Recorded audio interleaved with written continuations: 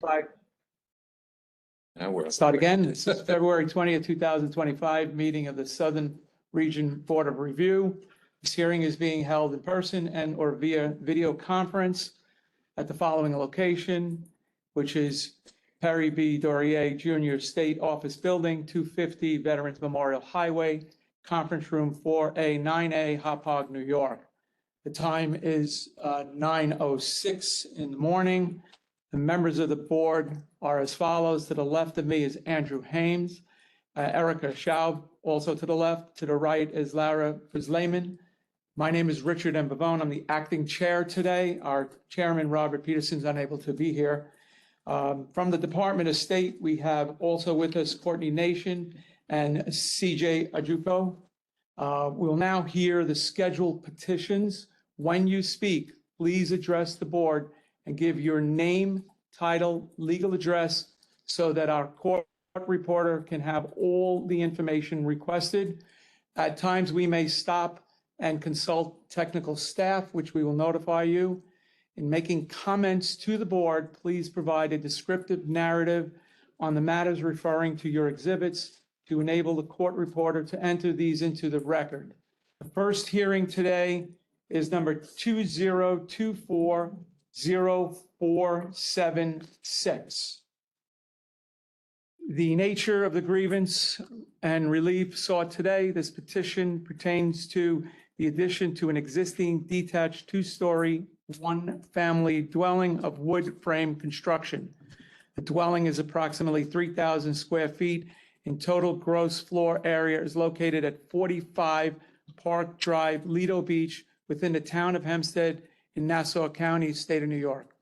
The petitioner is seeking relief from 19 NYCRR Part 1220, reference 2020 Residential Code of New York State, Section AJ 801.2, which states that additions shall comply with the provisions of this code, except where required by this section.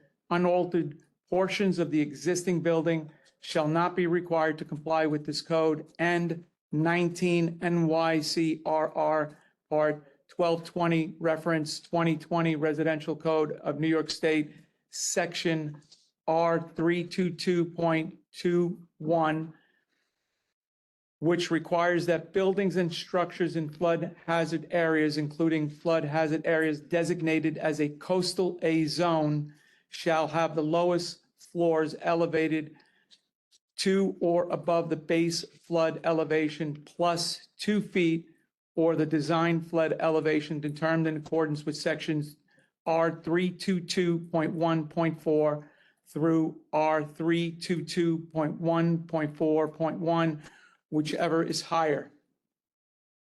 The petitioner wishes to construct additions for the first floor that is structurally connected to the existing dwelling and is below the design flood elevation. Who is presenting the case today? Please state your name and address for the record. Good morning, members of the board. My name is Michael Corbett, and I reside at 45 Park Drive in Lido Beach, New York, 11561. I am proposing an addition to my dwelling that will require a variance as it will not comply with section 322.2.1 elevation requirements and sections AJ 601.4 nonconformities of the 2020 NYSRC. The required elevation for the lowest floor of the addition is 11, and this will have an elevation of 5. Please keep in mind the addition will be at the same elevation of my current first floor. The addition is needed because my mother fell ill, she's elderly, and will need to move in with us so we can provide for her. My engineer is with me today to answer any questions you may have on the proposed addition. And who's the engineer that's presenting? My engineer is going to be Michael Angelone, who's on mute at the moment. Okay. Ms. Angelone, could you please give us some information in reference to the flood elevation certificate that you submitted plus the drawings, because we did review them before the hearing, and we may have some questions, the board. So we'd like to just get your take on your position in reference to the proposed addition. Yes. Good morning, Mr. Chairman and members of the board. My name is Michael Angelone. I reside at 4 Pond Place, Oyster Bay, New York, and I'll answer any questions you may have. I will start out just to say that we still don't comply, but there's an error on the drawings. We show the first floor elevation at 5 feet, but if you look at the elevation certificate, it says that the lowest elevation is 5 feet, and that is the basement. There's a small basement in the house where the boiler is and laundry room is, and that's at 5 feet. The actual elevation of the first floor is 8 feet. My draftsman incorrectly put the first floor at 5 feet, but we still don't comply. We want to maintain, we are asking for relief as to not be at the design flood elevation of 11 feet. We will be at 8 feet.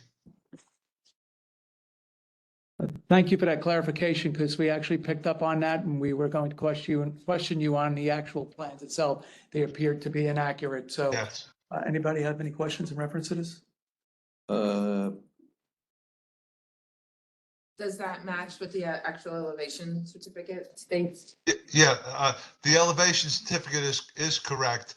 The problem was my draftsman put the first floor at 5 feet when it should have been 8 feet. And he based all his elevations on the drawing to that 5 foot. So everything is off by 3 feet. Yeah, it's page 3 of 19 in your elevation Yes. certificate report. That's correct. It's section C of the report. So where it says top of the bottom floor, that would be, That's the basement. that's the basement. Yeah. So that is correct at 5. Yeah. Yes. And then the next floor would be, So- okay. What is the ceiling height in that small basement area? 6'11". So we comply with the other part of the code. And it's non-habitable. It's not habitable, but there's a lot of mechanical equipment down there. Yes, I mean, it's not for recreation or sleeping quarters or anything like that. It's just to access it's not for sleeping. Otherwise it would have to be 6 foot, 6'8", but we're at 6'11". Let me ask the homeowner, what was the extent of damage during Sandy? I see there was apparently it was extensive. I didn't own the home during Sandy. I had a house in the west end of Long Beach, which was more damaged, but I think it was less than a foot on the main floor of water. It was my understanding. But was this the one, there was an insurance settlement for $76,000? What was it? 77. 77. I was off by That sounds, 1,000. that sounds correct, yeah. Yeah, that's a lot of damage. Yeah. So by putting in this extension, we're anticipating additional damage in the future. Since I think flooding in this property it's not a question of if, it's a question of when. What are you doing in this design to mitigate damage from flooding? Well, the problem is, Mr. Corbett's mother will be living with them. She broke her leg, and they're creating the first floor space so she can live over there. She can only stay on a one-story level. So we are there's an interior alteration that we're making at the front of the house. We're moving the kitchen and dining room back, and we're creating a bedroom and bathroom area and a kitchen area. Then we're creating the family room in the back of the house. That's what we're looking for the addition for. So, and it's all got to be at one level. You know, we could raise it up, but raising it up, it would create 3 steps to go up to keep it off of to keep it in compliance with the design flood elevation. But his mother would not be able to to walk up those steps. Okay, that, I understand that, and that wasn't my question, though. My question is, what have you included in the design, in terms of materials and construction to mitigate, damage during flooding? The house is non-compliant right now. We really couldn't do anything else to mitigate any flooding. If we were to have the same flood as we had at Sandy, the house, the new design that we have would be impacted. Okay, let me get more specific. Mhm. I see the sheet rock on the addition. Oh, yeah, we can do stuff with that. Yes, sir. Well, that's what I'm asking. What, Oh, okay. what are you doing with the design to mitigate damage during construction? Yeah, we could use waterproof sheetrock. It's not shown on the drawing, but I can definitely incorporate that in there. Yeah, and also on the,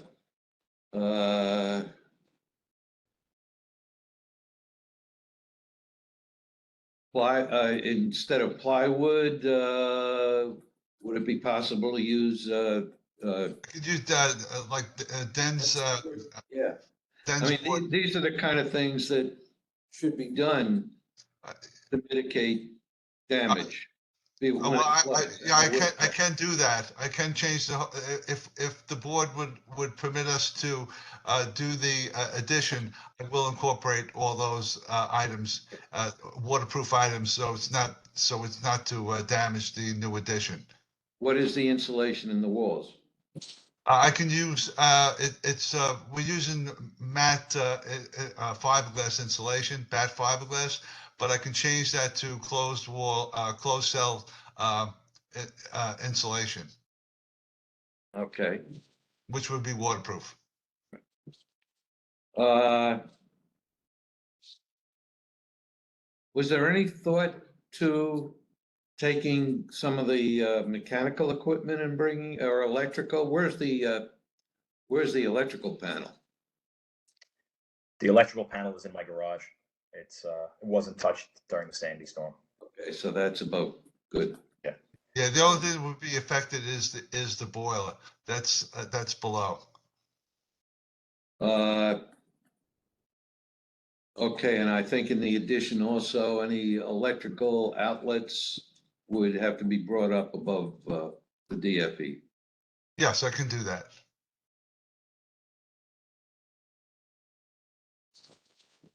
Like 6 feet? No, that's only 3 feet. 3 feet. Yes.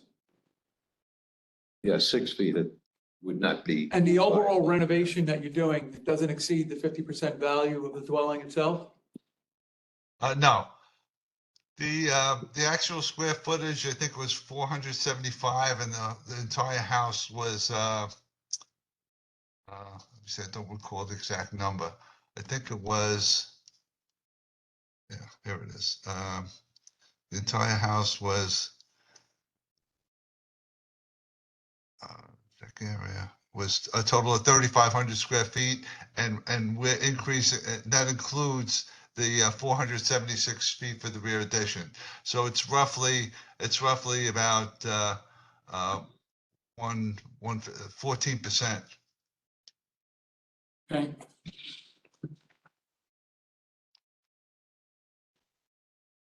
Is this the full set of plans for construction, or is it just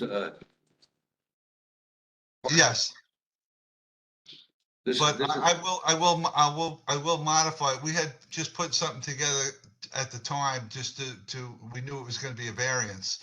I can put the final plans together and submit them to the office with all the changes that you requested. Okay, so I assume it'll show plumbing plans and electrical and all the stuff that's not on here. Well, we have a plumbing riser diagram. That's all that's required with the town. You know, we don't show if you look on page T1. I see it, yeah. That, we don't really, we show the bathroom, the plumbing inspector does his inspection, open wall inspection to see, that we comply with code on all the hookups and everything like that. But we don't really show it on the plans. We just show the riser diagram. I see a whole bunch of standard details from standard sources, but no, don't see any details about beam connections and specific to this project. I think it's, in my opinion, a very incomplete set of plans. No, this is typically what's submitted to the town. If you look at those details, it has all the TICO connections that we need and everything for the various connections and the nailing patterns. Are they referenced to where they're used? Yes, if you look in the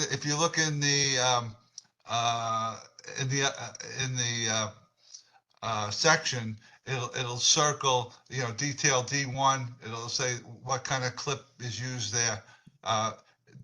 It'll pass with the town inspection. Say that? Anybody from? Yeah, if you look on page A2, Yeah. Is anybody here from the town of Hempstead? I don't think so. If you look on page A2, you'll see all the connections. The bottom of Yeah, A2. I see all that as a standard detail from a book, and contractor's supposed to know where everything's used and supposed to interpret all of that. In my mind, there's too much interpretation by the contractor. But we're not here for that, just an opinion. I don't have any other questions. Anybody else have any questions? No. Carbon monoxide detectors, smoke detectors. Yes, See those, are they in there? I didn't see those from the. yeah. plan. Yeah, if you look on, I have them with all the sleeping areas. If you look in I know in the basement, if you look at the basement, you'll see carbon monoxide detector and, see what page this is on. Here, if you look on page, hang on. Oh, That the C. CM, yeah. You see the CM and SD, that's carbon monoxide smoke detector. And that's the basement? Pardon me? Foyer. Is that's in the basement And in the foyer, and the foyer? In the foyer and in the bedrooms, it'll be also. see one in the bedroom. Are the existing smokes and carbons hardwired or wireless? They're hardwired.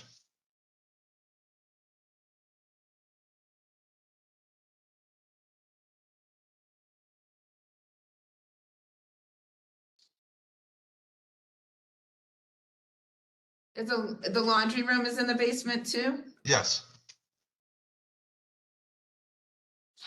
I mean, did you ever consider bringing the HVAC system up above Yeah. while you're doing all this work? This is the time to do it? It would probably, we could, but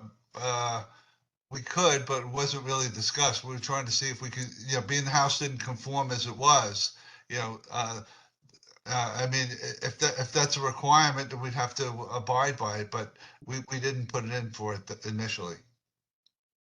What type of system's in there now? It's a hot water baseboard. Oil or gas? I believe it's gas, right, Michael? It's gas, yes. Okay. Anybody else have any questions? No, we're going to go into deliberations. We'll get back to you. Thank you very much for your consideration and your time today. Thank you. Thank you.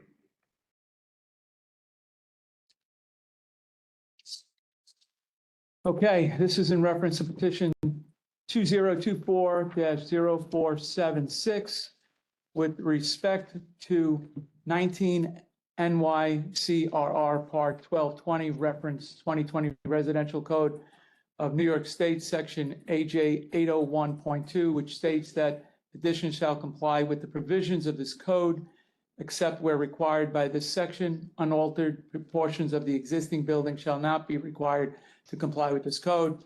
With respect to 19 NYCRR Part 1220, reference 2020 Residential Code of New York State, section R322.2.1, which requires that buildings and structures in the flood hazard areas, including flood hazard areas designated as coastal A zones, shall have the lowest floors elevated to or above the base flood elevations plus 2 feet, or the design flood elevation determined in accordance with sections R322.1.4 through R322.1.4.1, whichever is higher.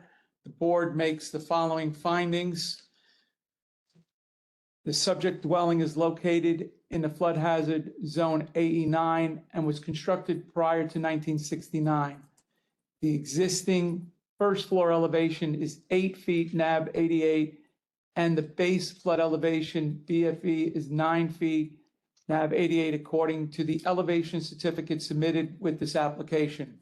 The required design flood elevation DFE is 11 feet NAB 88 upon addition of the New York State Freeboard.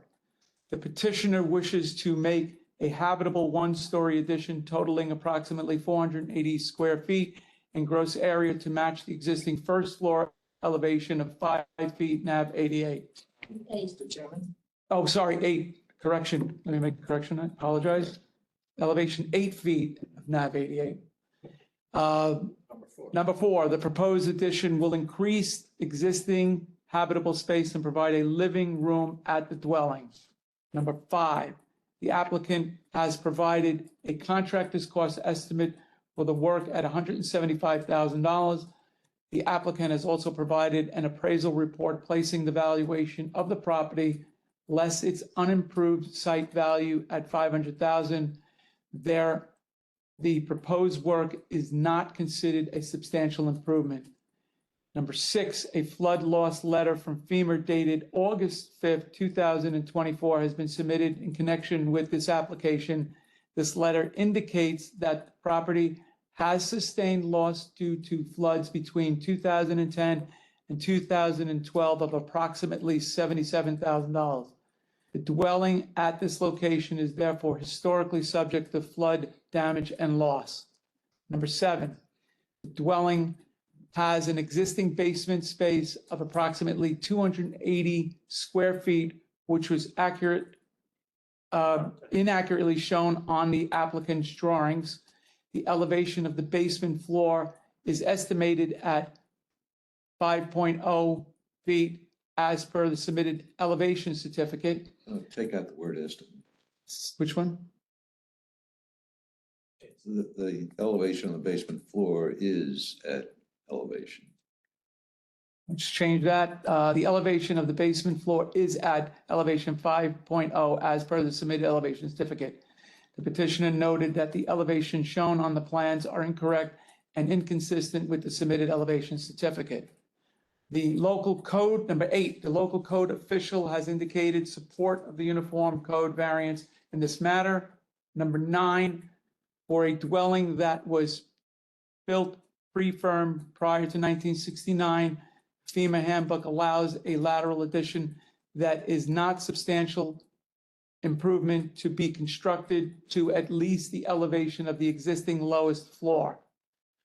With respect to 19 NYCRR Part 1220, reference 2020 Residential Code of New York State, section AJ 801.2, 19 NYCRR Part 1220, reference 2020 Residential Code of New York State, section R322.21, the board finds strict compliance with the provisions of the Uniform Fire Prevention and Building Code would entail practical difficulties and unnecessary hardships, would be physically and legally impractical. And the granting of this variance will not substantially adverse affect the Uniform Code provisions for health, safety, and security. Wherefore with it is determined that the application for a variance from the provisions of 19 NYCRR Part 1220, reference 2020 Residential Code of New York State, Section AJ 801.2, and 19 NYCRR Part 1220, reference 2020 Residential Code of New York State, Sections R 322.2.1, be and hereby proposed to be granted, the variance being granted. Do we have a, Wait, no. oh, no, we have conditions, I'm sorry, apologize. Condition. And we have conditions that we're going to give you now, which start with number one, that the addition by itself or coupled with any other incidental construction taking place in this project shall not exceed 50% value of the dwelling. Number two, that all proposed construction below the DFE shall utilize flood-resistant materials. Number three, all new electrical and mechanical installations shall be above the DFE. Number four, the existing heating system located in the basement shall be relocated to above the DFE. Number five, the plan submitted to the Town of Hempstead Building Department shall be revised to reflect the correct elevations based on NAV 88 datum and to indicate the flood-resistant materials as required in this installation. Number six, that in all other respects, the applicable provisions of the current uniform code shall be complied with. I need a motion. So moved. Andy? Andy Hames had a motion, a second. Erica second. All in favor? Aye. Aye. Motion has been approved. It'll take a few weeks for the written decision to be issued by staff from the board. Are there any other questions that you may have before we close this matter? No, I'd like to say thank you, Mr. Chairman and members of the board. And I will change the drawings to with all those recommendations that you made, the conditions that you made. We'll be using FEMA compliant materials, everything below the DFE, and we will move the boiler to above the DFE. And note that we say all the proposed work that Yes. includes not only the addition, but all the rest of Right. the work. Right. The alteration for the bathroom and bedroom. Right. Yes, that'll all be taken care of. I appreciate all your time and efforts. Thank you very much. Thank Thank you you. and take Very care. much, I appreciate it. You too. Let me point out to our court reporter, just when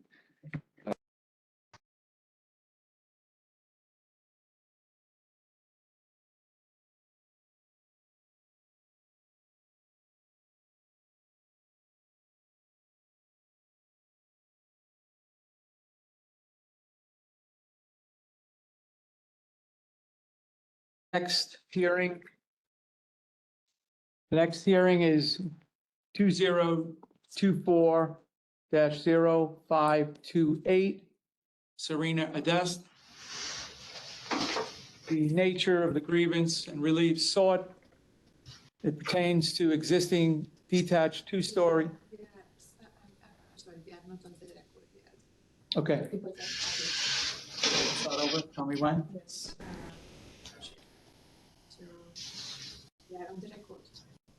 Okay, okay.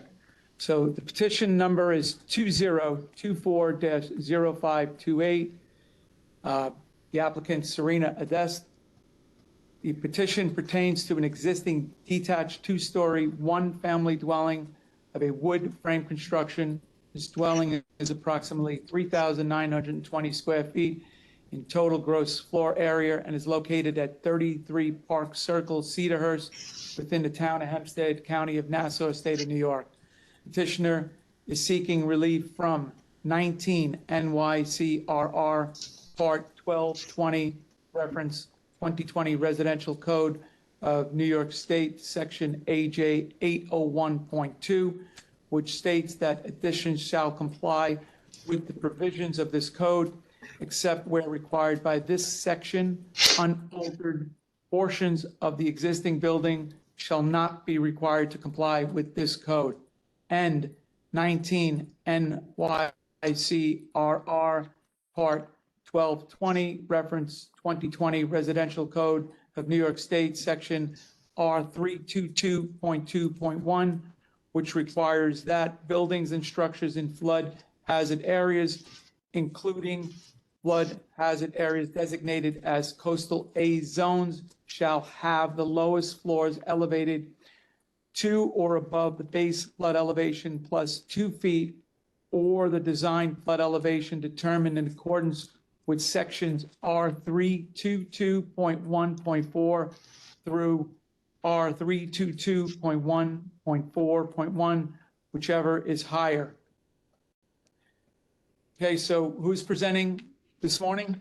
I am Lester Katz, 671 Ibsen Street, Woodmere, New York, 11598. I'm the architect, Okay, and I'm joined by the homeowner, Serena, as well to answer any further questions, but I'll just go through the request, where we are respectfully requesting a variance from complying with the New York State Residential Code for the elevation requirement R322.2.1, based on the following provisions, following ideas that we have in terms of why we're asking for this. So right now, in this is a large family, and they have inadequate space in their kitchen, and they're looking to expand this kitchen. The current first floor level is slightly below the DFE by about 4.5 to 5 inches. So this is a very minor request in terms of elevation. It's located according to the elevation certificate and the survey at 10.6 NAVD 88. And the design flood elevation in this area is 11 based on the base flood elevation of 9. There was no damage to this floor during Superstorm Sandy.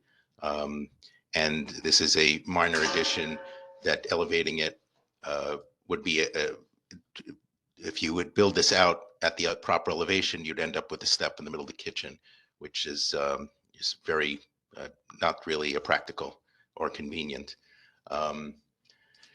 In terms of substantial improvements, the property was evaluated by the county at $515,000 for the building, and this extension will be below the 50% of that cost, as we have submitted an estimate from a licensed contractor as well. There will be flood vents put in to the crawl space below the kitchen, and in the area where we're expanding out the storage area, which used to be a garage. And all the equipment that's in the basement will remain as is. There's really nowhere else to put it in the house, and it'll be being that this is a minor expansion, that it doesn't pay to move that. I want to point out a couple of things on the drawings. One, I realized I did not indicate the type of insulation that was going below the kitchen. That will be a spray foam insulation, and all other materials such as the flooring we'll use marine grade plywood, and any sheetrock that is below that elevation of the 5 inches will be waterproof or water resistant as per anything that goes below the flood. The expansion in the cellar area is, of course, a concrete foundation, so that will already be done as a flood-proof, and because it's concrete, so that's already flood-resistant materials. Any electrical outlets would be above, since required by code, as it's required to be about 18 inches above the floor or above the kitchen counter. In this case, we will have no issues with putting any electric outlets below design flood elevation. I think that's all the points that I needed to make on this. So thank you for your time. Question on Hey, the cross section for the foundation. I'm seeing a weeping T. Yes. Where does that daylight? Sorry? Where does that, I mean, when that fills with water, where does it go? Normally, yeah, that might just be, yeah, that would have to, Yeah, I haven't looked into actually where that would drain, but I'll have to figure that part out. I guess we'd have to drain that above into the property. This is not a sloping, is this a sloping property? For the most part, it's flat, but it does Well- not really very. Yeah, it doesn't slope too much. I'd have to So let me see. that if I have- would either have to go to a dry well or maybe just be eliminated Yeah, no, I'd prefer to eliminate that actually. and bring the gravel a little bit lower. Yeah. Okay, agreed. I'll remove that when I correct the drawings. Where's the HVAC systems? Right now, it's in the lowest level. If you go to page A2, it's existing utility room. It's in the back of that portion on the right. Okay, yes, thank you.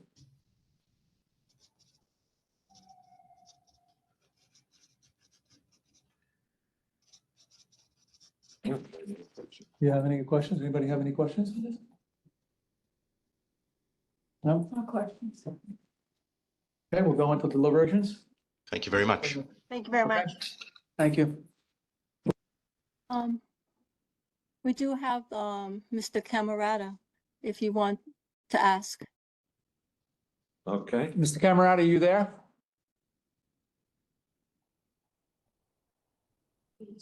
We had him? We're not. Oh, there he is. Camerata, you there?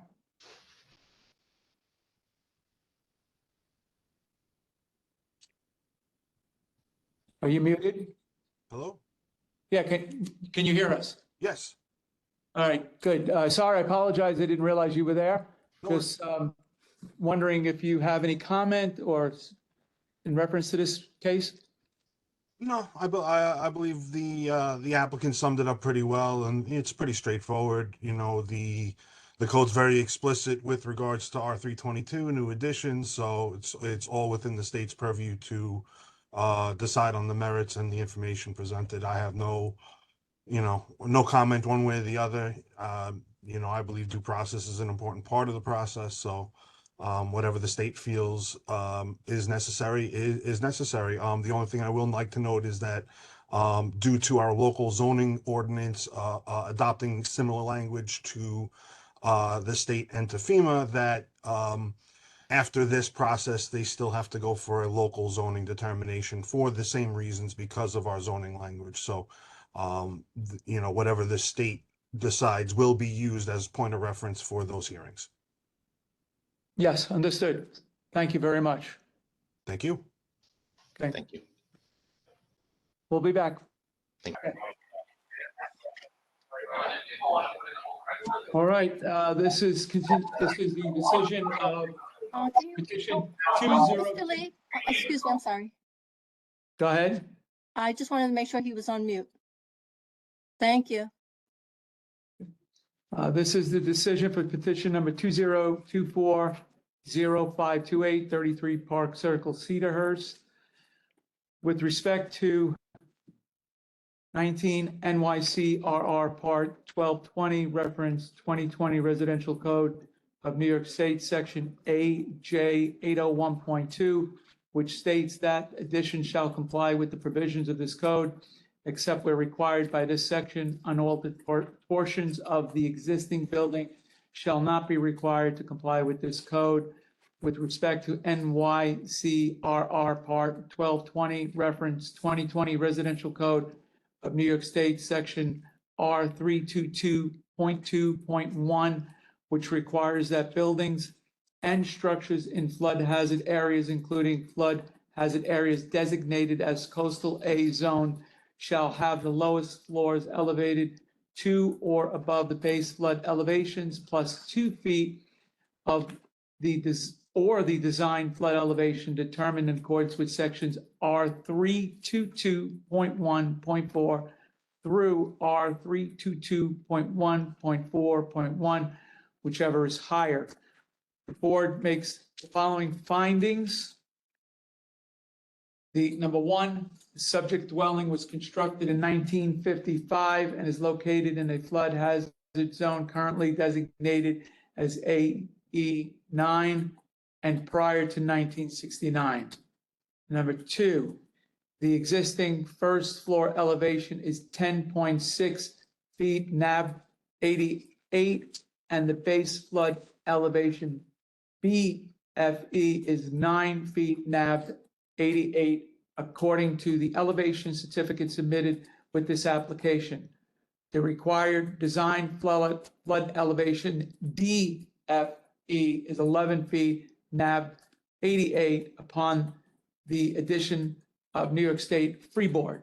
Number three, the petitioner wishes to make a two-story addition totaling approximately 850 square feet in the area and to extend a non-habitable basement crawl space and garage foundation addition by approximately 450 square feet.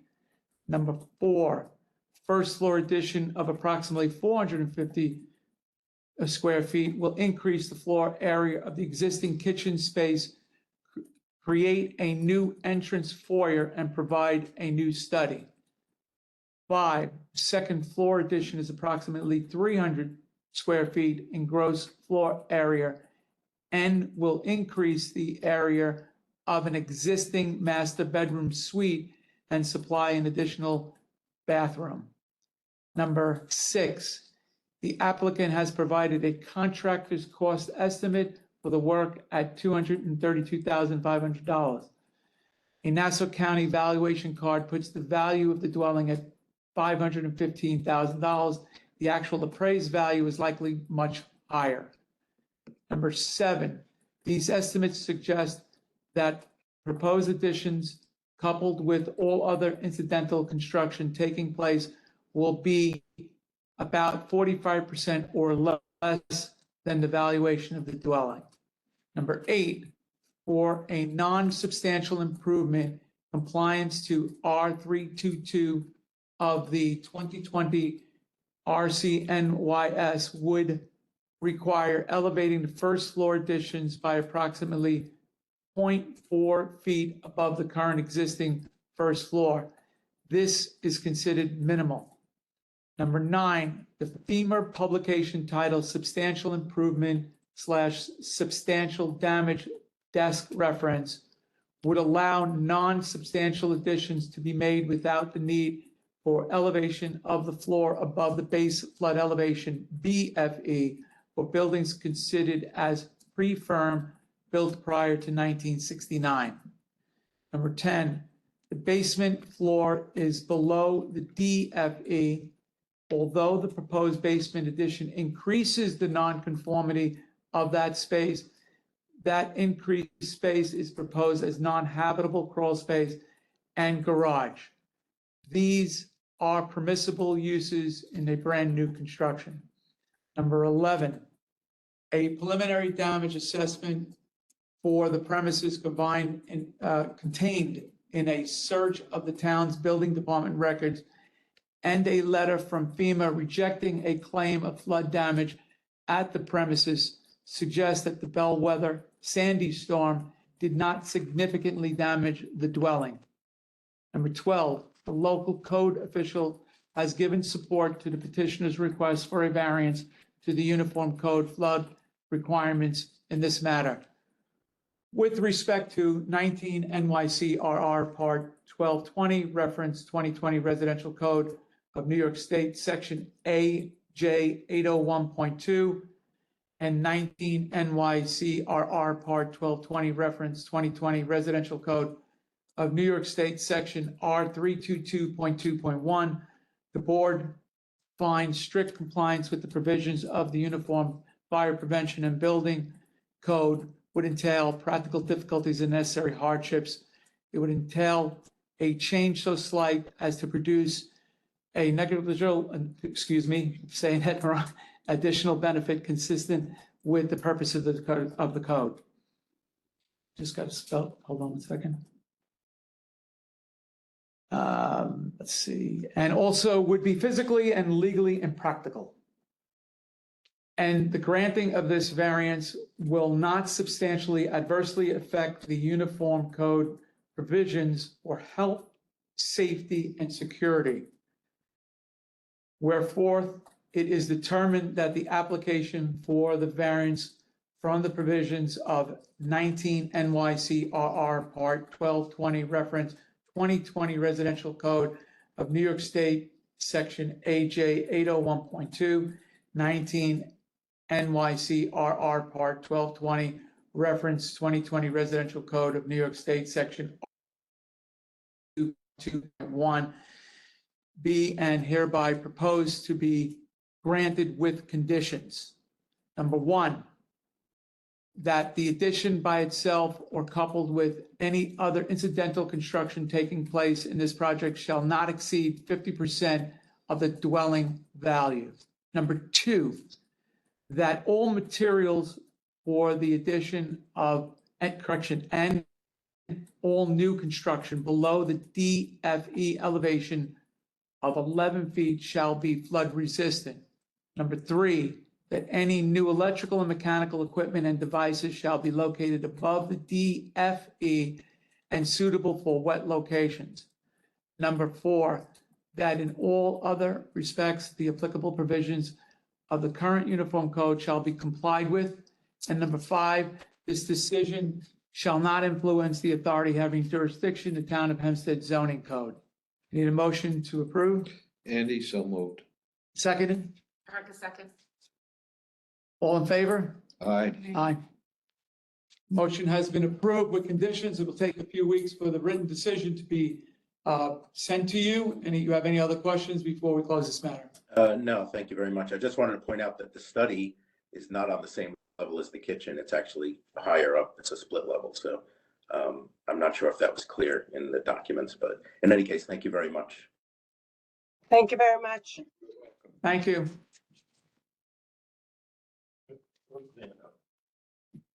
Okay. Just a second.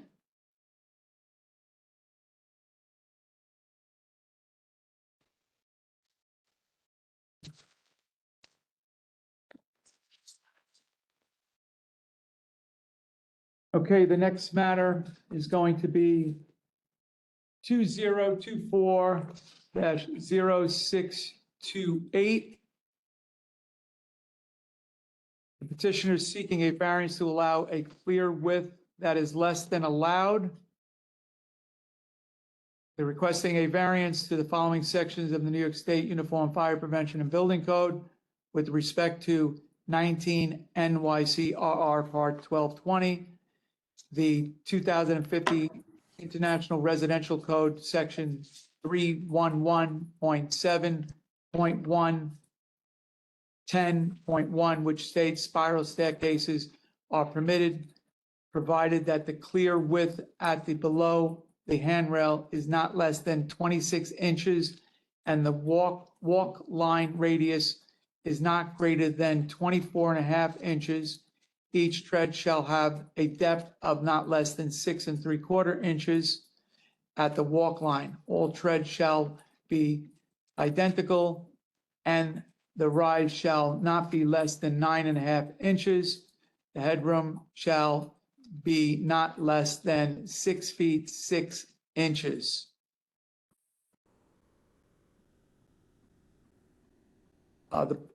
So who's going to be presenting this case today? Ray? I'm here, the architect for the client, Jordan Tarlow, and the existing house at 25 Nostrand Parkway in Shelter Island. Okay. So we have a condition where What is his name? Just could you please state your name and address for the record, please? Raymond Renault, architect. I am located at 44 South Menantic Road, Shelter Island, New York, 11964. Okay. We also have Jordan Tarlow, the homeowner. He is the resident at 25 Nostrand Parkway, Shelter Island, New York.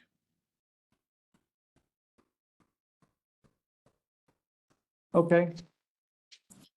So we have an existing structure that was built in the 1800s. What was the year it was built, Jordan? 1890. 1890.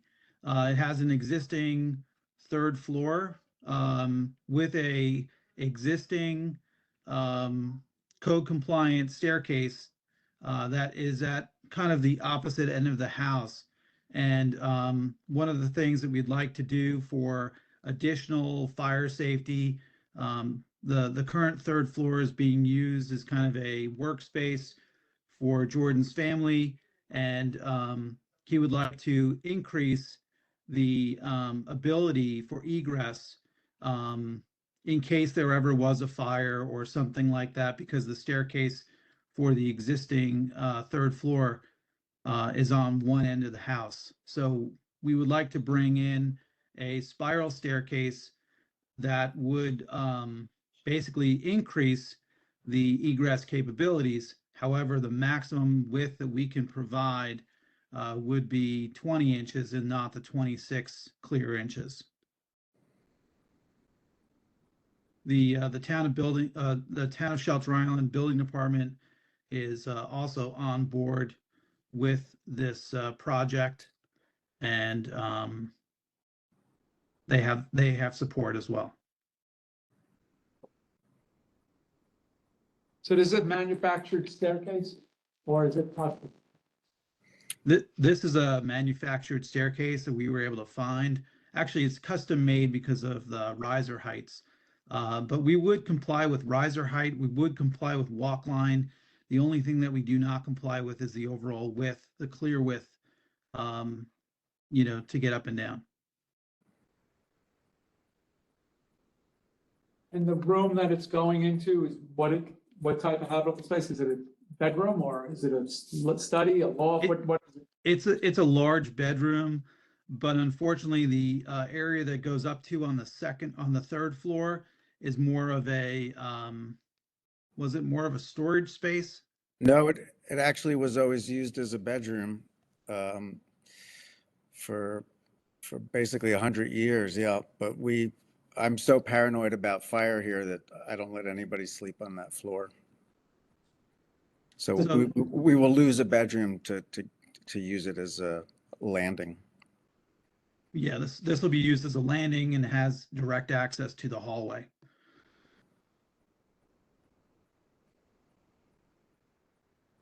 We've also provided the floor plans, which are that beautiful blueprint from I guess way back in the day. But essentially, that is the landing. It does say bedroom on that landing as well.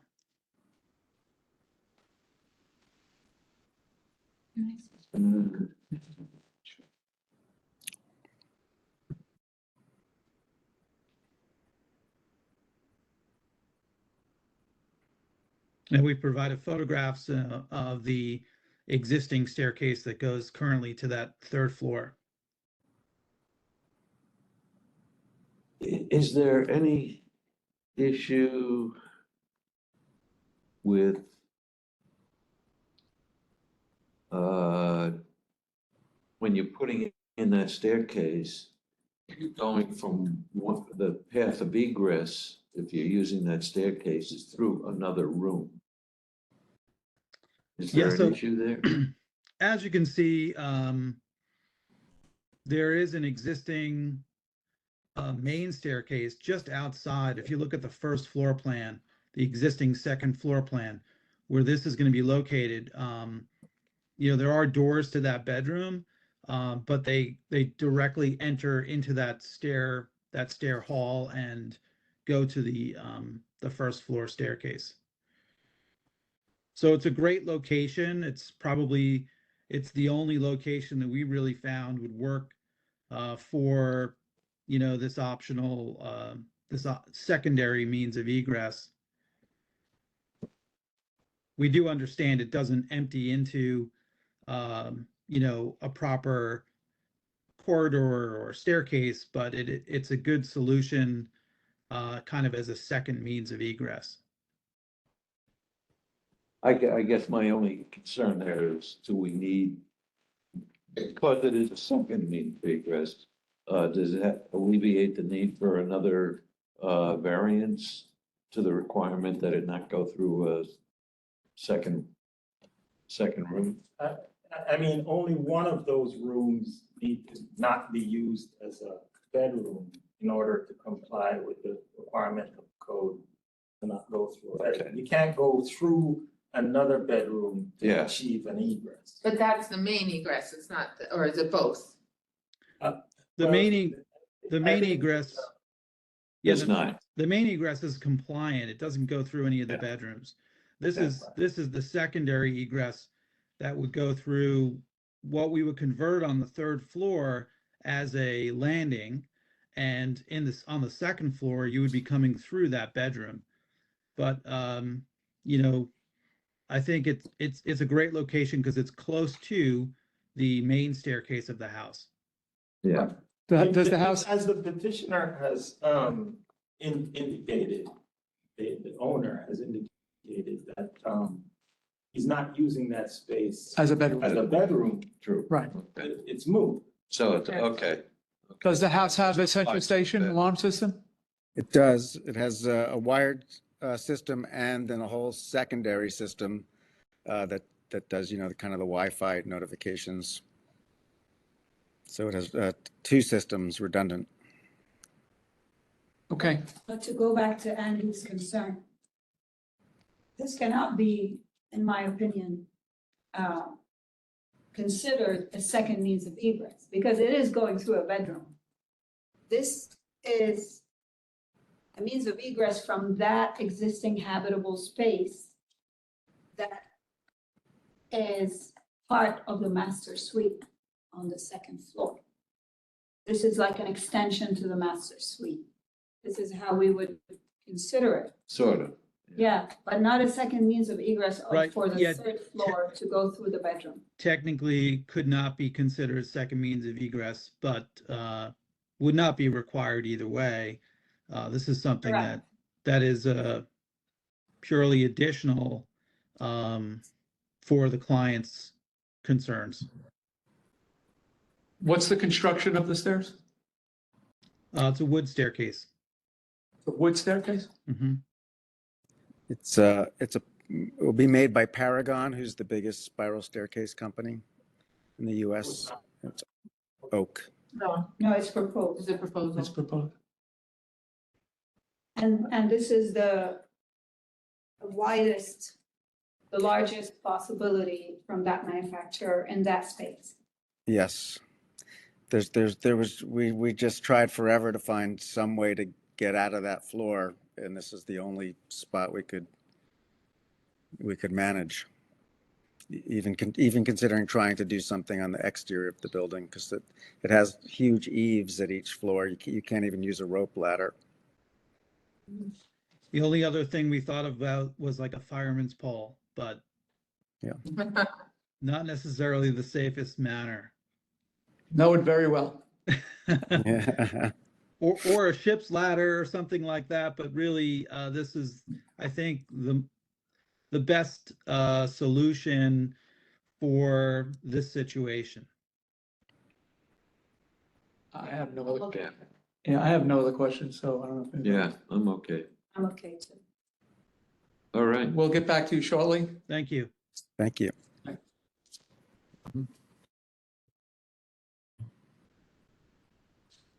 Okay. As well. Oh, great. All right, so this is in reference to petition 2024-0628, 25 Nostrand Parkway, Shelter Island. Petitioner is seeking a variance to allow a clear width that is less than allowed.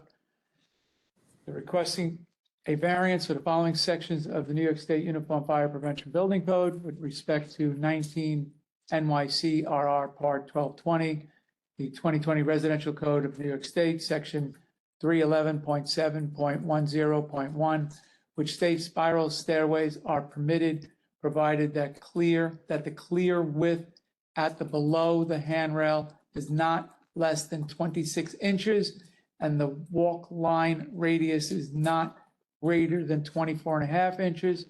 Each tread shall have a depth of not less than 6 3/4 inches at the walk line. All treads shall be identical, and the rise shall be not less than 9.5 inches. The headroom shall be not less than 6 feet 6 inches. Board makes the following findings. Number one, the residence is considered a non-conforming balloon frame wood shingle construction that currently has a legal third floor that contains a single set of pre-existing stairs, 4 bedrooms, bathrooms, an office, and a playroom. Number two, the petitioner is proposing a spiral staircase from the 3rd story to the master bedroom on the 2nd floor. Number three, the proposed spiral staircase tread width of 20 inches does not meet the current 26-inch clear tread width requirement.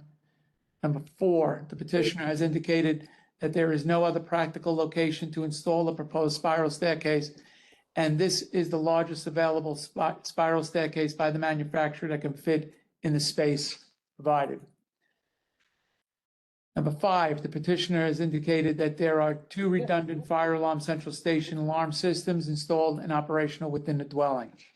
With respect to 19 NYCRR Part 1220, the 2020 Residential Code of New York State, Section 311.7.10.1.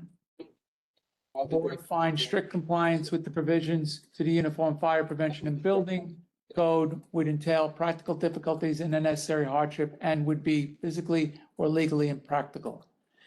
And the granting of this variance will not substantially adversely affect the Uniform Code's provisions for health, safety, and security.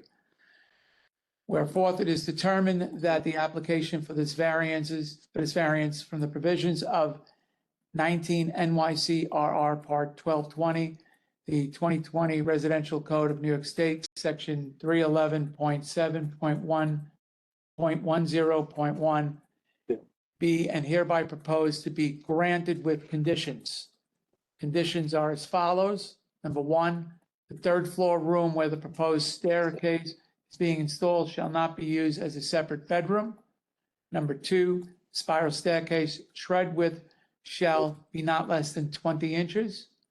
Number three, the proposed spiral staircase shall not be considered a legal means of egress from the 3rd floor. Number four, the proposed installation of a spiral staircase shall conform to all other applicable requirements of the Uniform Fire Prevention and Building Code. I need a motion to approve. Andy, so moved. Second. All in favor? Aye. Aye. Motion's been carried, it's been approved. It'll take a few weeks for the decision to be typed and sent out to you formally.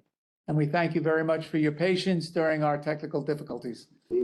Thank you. so much for your time. Appreciate it. You're welcome. Have a great day. You too. too. Bye.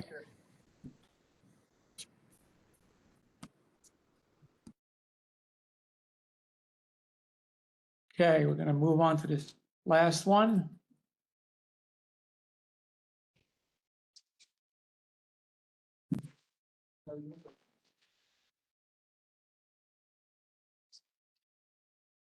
Okay, this is petition 20240635 R. Elliott Lee.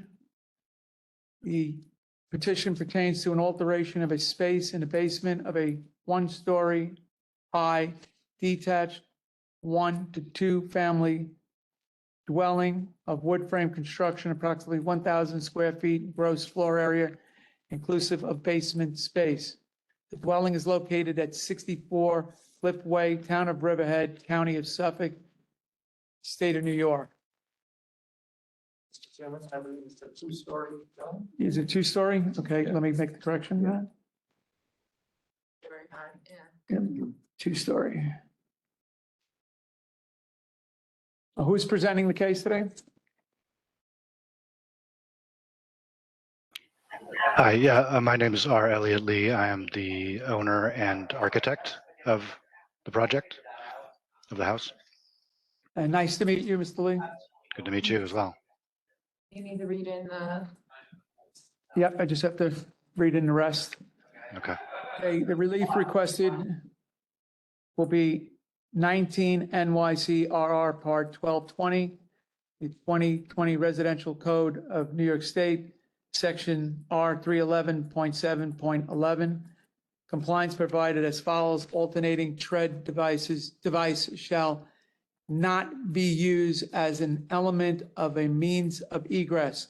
Alternating tread devices shall be permitted provided that a required means of egress stairway or ramp serves the same space at each adjoining level, or where a means of egress is not required. The clear width at and below the handrails shall be not less than 20 inches. And 19 NYCRR Part 1220, the 2020 Residential Code of New York State, Section R 311.7.11.1. Compliance provided as follows: alternating tread devices shall have a tread depth of not less than 5 inches, a projected tread of not less than 8.5 inches, a tread width of not more than 7 inches, and a riser height of not more than 9.5 inches. The tread depth shall be measured horizontally between the vertical planes of the foremost projections of the adjacent tread. The riser height shall be measured vertically between the leading edges of the adjacent treads.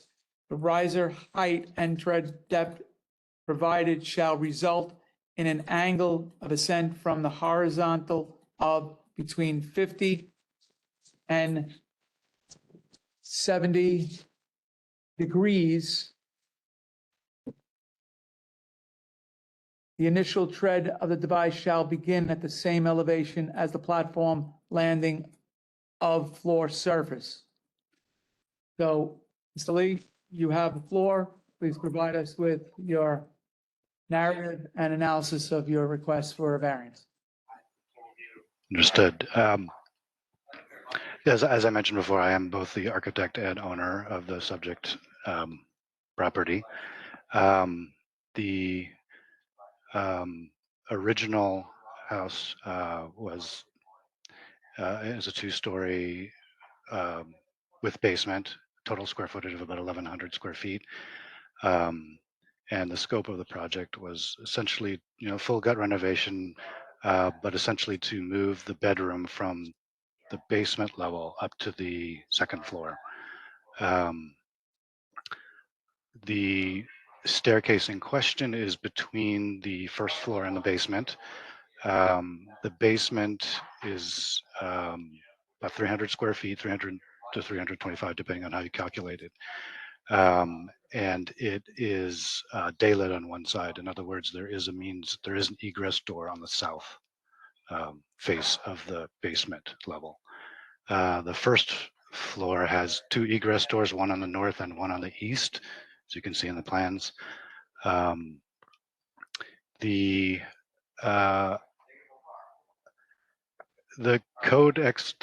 first code excerpt in question, R311.7.11,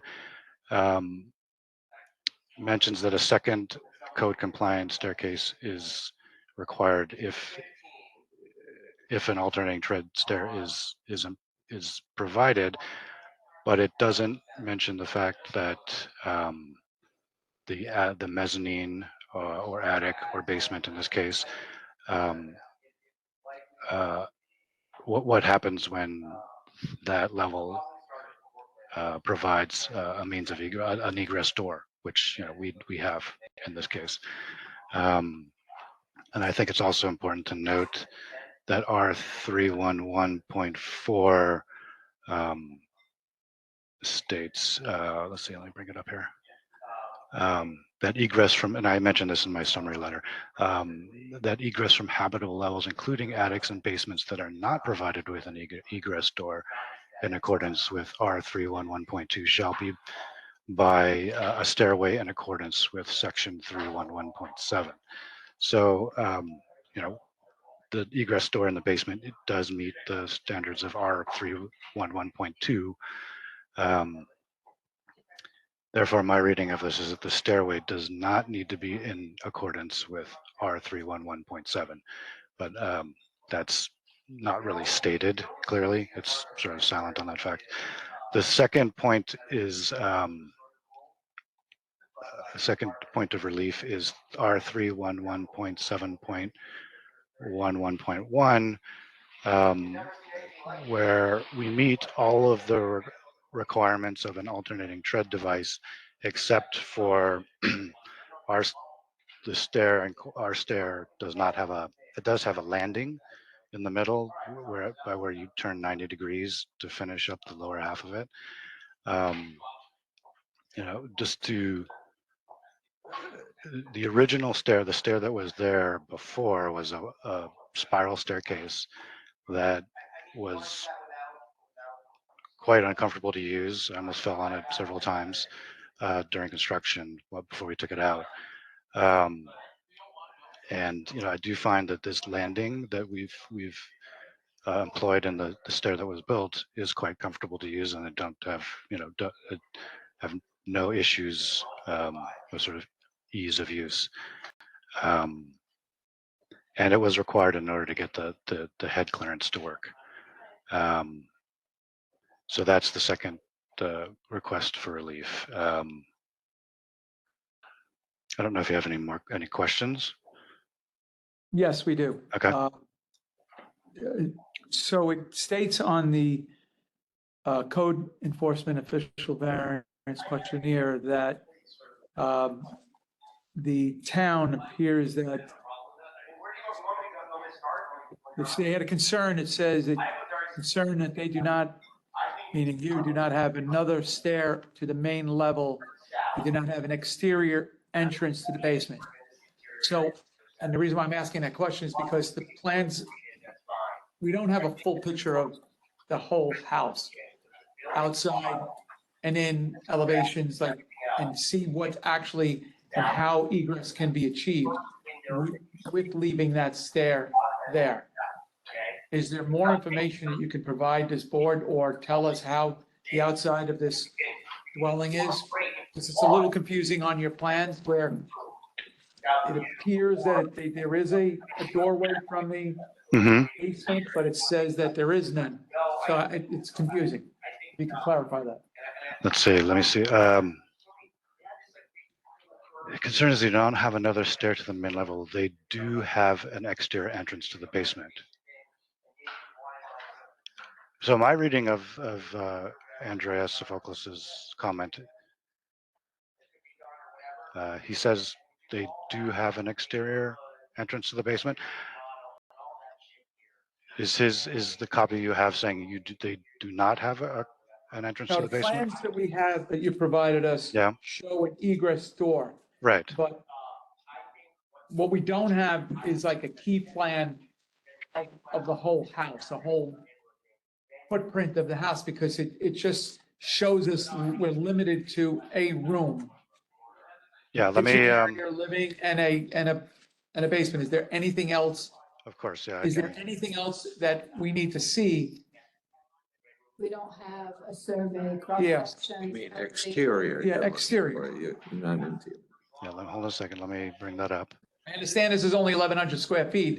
You see, there is another door here. Well, there's a door here. No, and on this side. There's also one on this, No, here. right here. There's one here, Here. but I don't know if this is a door on that side. Look what stairs to. Okay, that's what we have to have. No, this is an AC unit. Wall hung. Oh, is that what that is? split. Yeah, so if you could clarify your drawings for the board, Oh. because it, again, it's just. we Okay. need some more information. Yeah, I'm trying to find the survey. Sorry, I didn't realize I was supposed to bring other drawings. Let me have it here somewhere. Sorry. My computer is acting up.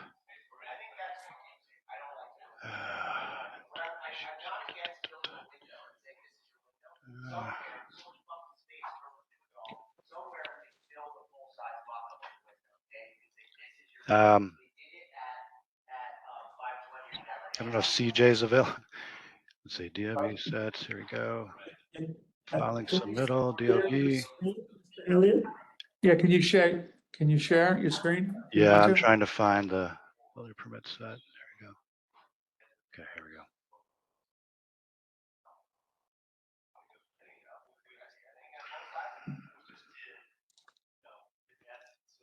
Screen.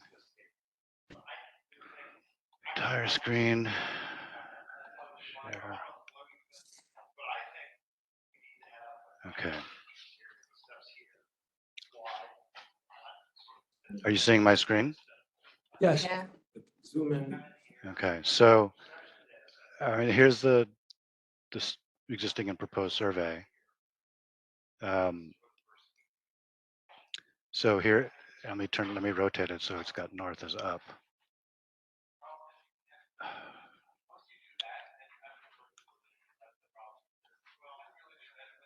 Okay, so essentially, and I'm going to have to annotate this because it's not showing the floor plans. This is Cliffway here. This is obviously the south property line, is this curved line here. There is a fence here that has a door right about here, and that the egress door from the basement lets into this space here, which has direct access to the street through a gate. Okay, and then That deck is in the front yard setback? that is a 6, yes, that is in the front yard setback. Okay. Then you go up this set of this set of exterior garden stairs.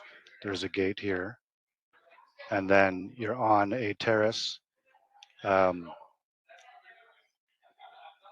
terrace that looks to the north, and then the egress door from the first floor is here. There's 2 of them. One is here, and the other is there. Okay. And you can see that on the first floor plan. Okay. Okay. That makes a lot more sense now. Keep on going. Okay, great. Let me get back to the views. Do you need to see anything else? So on the west side, what's the elevation, the grade elevation compared to the first level where the living room kitchen is? What's the difference in the height on that side, which would be your west side? Yeah, I mean this. Using that as- So this slopes up pretty dramatically from 114. I don't know why this doesn't show all the. From about 113 to the pad, which is at 121-ish. So it goes up about 7 feet. Okay. The finished floor of the first floor is a couple steps higher than the pad outside. That's a minor point. Okay. Yeah. So the issue is that those code excerpts don't really speak about those instances when an attic or a basement that is being served by the alternating tread stair has its own egress door. Correct, but one of my concerns would be the fact that it's very creative, and I like it, but the end result is it also creates a potential life safety issue if there were to be a fire inside this house and a firefighter went in and got disoriented or tried to go down a set of stairs and then fell down a set of stairs with a full equipment on, down a set of stairs that are not a normal, ascending or descending type of steps. And you can easily get disoriented if there's a lot of smoke, especially if smoke rises from the basement up through that channel, which are the stairs. So that's my concern. hmm Yeah, I mean, I think that, the original proposition was to put a spiral staircase in that, I would argue is, I mean, is I tripped on the one that was the original one several times going down just because it was so tight. So what was These there give you before? basically it was a spiral staircase essentially. It was in a square staircase that essentially was all winders. And because of the existing stair opening size, it was quite, it was quite tight on the tread depth in particular. And here, this alternating tread, I'm meeting all of those requirements, all of the minimums, and giving actually more tread depth. So you can get your good footing. I think, the only issue is that it has this middle landing where you have to turn 90 degrees. But to me, that doesn't. I mean, it's still safe to use because it's a it's I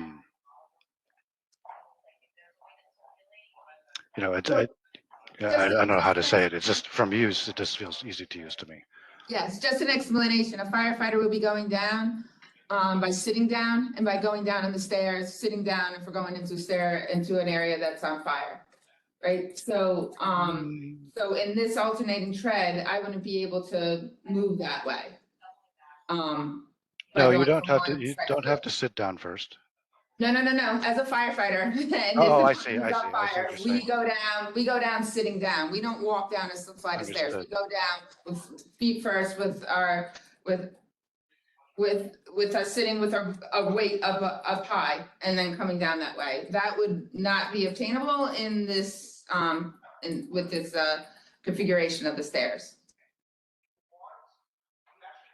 So was the extension where the stairs are now that you created, where the foundation wall looks like it bumps out to the west, was that there before with the spiral staircase, or did you create that and make that area?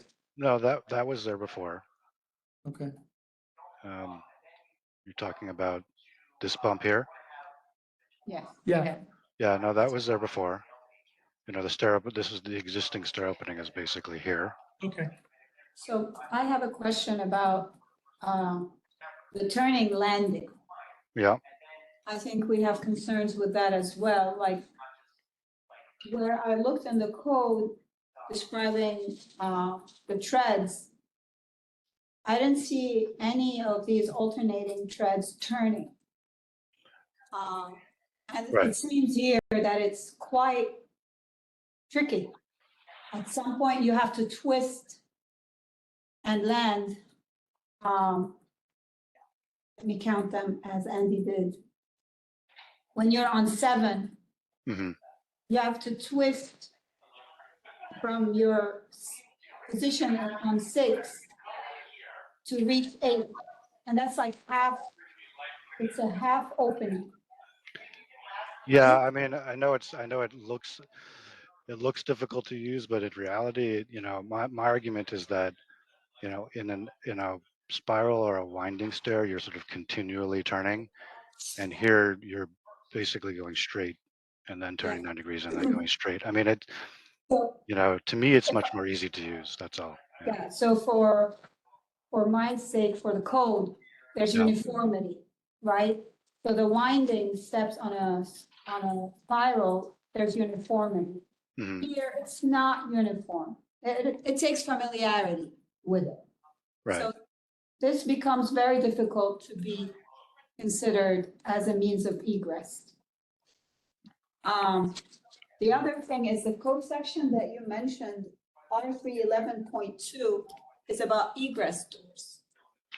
Well, that was Yeah, it's about that egress doors are required.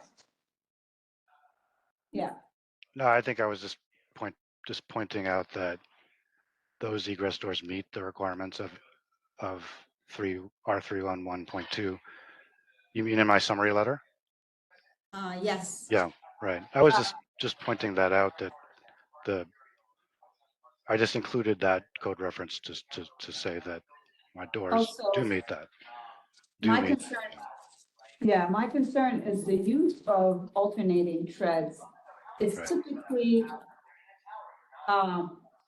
reserved for lofts, mezzanines, where there are no bathrooms, right?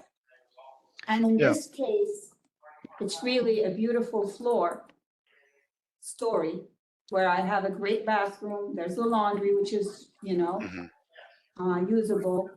I do agree Right. that there's a second means of egress through that door to exit discharge. But this interior staircase remains non-conforming it's not continuous, it's tricky, it doesn't seem safe. You're used to it. Right. It's gorgeous, actually. But maybe we need to consider another second means of egress. Yes, and that was going to be one of my questions also. Do you have any thought process of let's assuming that this were to be denied by the board, that you would re-engineer the stairs for a more formal set of stairs from the living room, dining area down because of the area that's at the top of that stairway going down to be able to fit in a more formal set of stairs? Well, I mean, it would be It's very just a question, difficult to do that. I mean, I think, well, first of all, I think to meet, are you talking about adding a second stair or Well, redoing? no, there's two things that I have a question about. One is, can you restructure the interior stairs from the living, kitchen, dining room area down to the basement and not have the alternating stairs you have now? Or can you put in a set of stairs from that side out, another means of egress to the outside, which would be the west side of the house? Oh, yeah. So yeah, no, I can't put two egress doors in the basement, unfortunately. Not in the basement, up on the higher level, the living room, kitchen, dining area. There are two doors already. Yeah, you're asking if I can put a third egress door on the first floor? No, we're asking if you can connect the first floor to the basement through another staircase or reconstruct the staircase to conform with code. So to the first question, to add another stair, I don't think we could do that. I think I mean, the house is so small already. It's 400 square feet on the top, on the first floor, and 300 on the basement. I think it would do so much damage to the layout of the first floor. It would render the first floor unusable. And in terms of getting a different kind of stair, code compliant stair to work in that stair opening, I also don't think it's possible. I mean, I think there was a spiral staircase there before, but I clearly didn't meet the requirements of a code compliant staircase, a code compliant spiral staircase.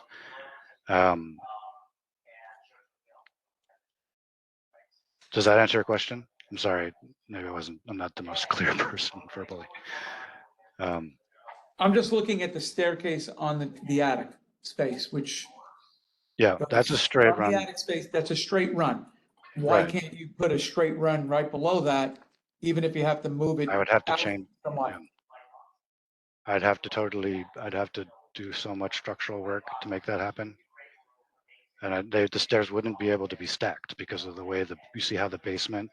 Yes, I see that. Yeah, the basement sort of cuts in. It's kind of hard to see, but let's see. How do I do this?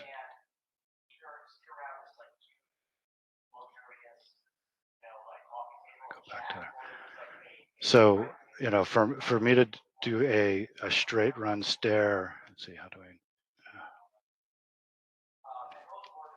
I? a straight run stair here, I would have to take out this whole foundation, dig this whole thing out, do supportive excavation, and get it, and to get it to go this way.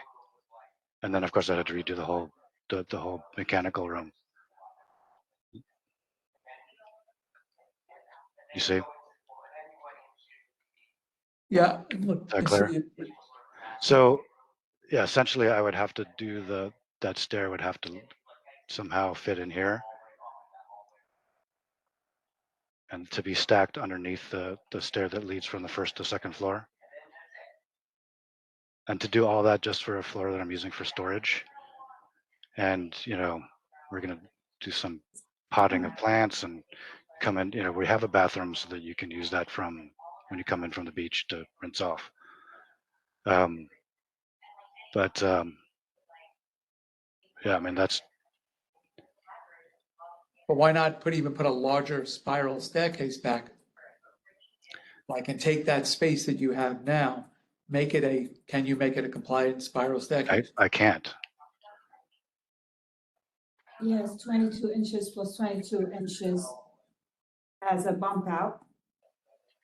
But then there's the stove. The stove is Yeah. new. Oh, right, I apologize. I didn't see Yeah, that. this is a wood stove here. That And this is a stone, this is a, you know, this wall is stone by code in order to meet. Right. And so I'd have to somehow, you know, basically if I change colors here, the spiral staircase would, you know, be right about. How did we end up here? Like, what were they looking at that we ended up that? the chief inspector. Okay, Is anybody from the building department Yeah. on this call? no, I think it's just us. You know, so that spiral staircase would be about there. I think it worked before because both stairs, this spiral staircase, it continued up to the second floor. And the stove wasn't there. Yeah. Yeah, now the stove is there. So that was a good question. You had how did we get to where we are today? I think what happened is that I was originally showing a spiral staircase that we thought could work, but then because of this stone partition, we couldn't start where we wanted to, and get the head clearance down. That's part of it. And then also it was just, you know, it felt very uncomfortable to us, that staircase. I don't know what it was. I think it was the tightness of it, and where the tread line was. And my reading of R311.4, which I can bring up here,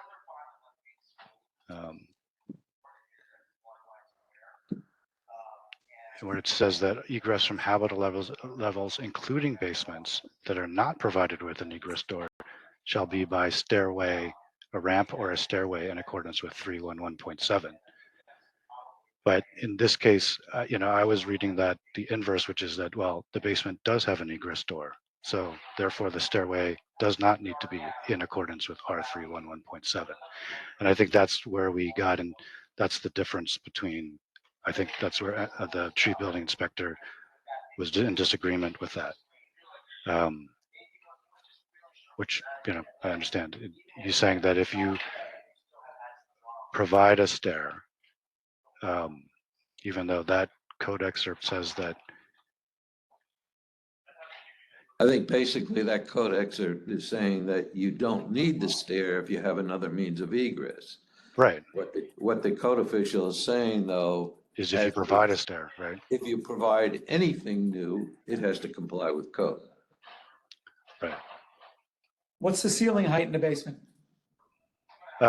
It's about 8 feet. Are there any beam projections or That's ductwork? 8 feet at its lowest. There is a beam projection, but I'm saying that 8 feet is to the And lowest. where is that beam projection? Could you show us on your plan? Sure.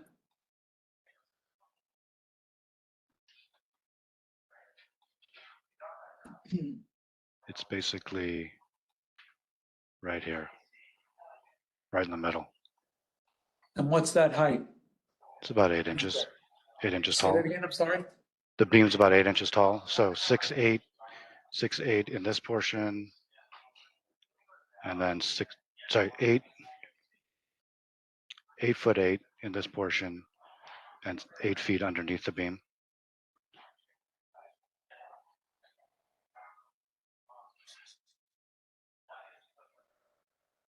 Anybody else have any questions? No. But give us a few minutes. We just want to deliberate and have a discussion. Okay, thank you very much. All right, thank you. Bye.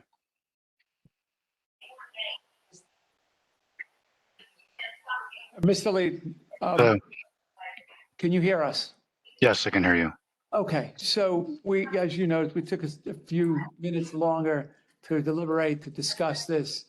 And we have a statement to make to you, and we would like, at this moment in time, not to vote on this for a reason. We have some concerns of life safety. Out of respect to you as an architect, that you do know design, and you have the ability of potentially coming up with something, we would like to know, would you avail yourself of coming back to us if it does need another variance or some solution to alleviate the concerns of the fact of a firefighter going to that stair and falling down, even though you do have means of egress, we see that. We've discussed this in length. So we don't want to deny this unless there's no other solution, because we do have some serious concerns about life safety. So with that being stated, is that something that you would be agreeable to at least trying to come up with something, come back to us so that we could work with you? And that's what we're trying to do. Sure. Yeah, I mean, I can look at it again, and I guess you would like me to make a sort of presentation to show you what I explored and why. And if I find a Yes. solution, obviously that would Yes, be I the mean, best thing. But but our concerns are somebody being on that level, on the living room, kitchen level, yeah, having an opening to go down that stairs, falling and getting seriously hurt is not something that we would like to entertain. right, understood. Can, we were speaking about R311.4 before. That's the where it said that, vertical egress is needed if the basement didn't have an egress door. So is that to say that if I didn't have a stair, in other words, got rid of the stair, that would be acceptable? You have a laundry room and a bathroom. Right, but then we have a bathroom upstairs to we Again, could use. I don't want to design this for you, but what about putting a spiral staircase in a different location, or getting a stair in, or coming up with some solution for the existing one to make it safe? Right, okay, I mean, I'll look into that, sure. And we will be more than glad to entertain having you come back. Okay. I mean, deleting the stairs would. But I don't know if I thought with the code, we just. again, we'd have to check, you'd have to I'm check not the code, because sure. I thought that we have to check the code, because I thought you have to have ingress or egress from the internal part of this structure. Again, it's 1,100 square feet, which is small. That's a whole lot. But it's, if it's a habitable basement, Which is not. does not make it habitable. But I think- Neither does the bathroom. Yeah, but I believe now under the newest sections, and I don't have the code in front of me, I'm not so sure. I'm just Yeah. paraphrasing at this point. The end result is, I believe you still need some type of a I'm not sure. about access that. from internal to one level to the other. I mean, I've seen plenty of basements that only have access through a Bilco door. Yes. Yeah. Yeah.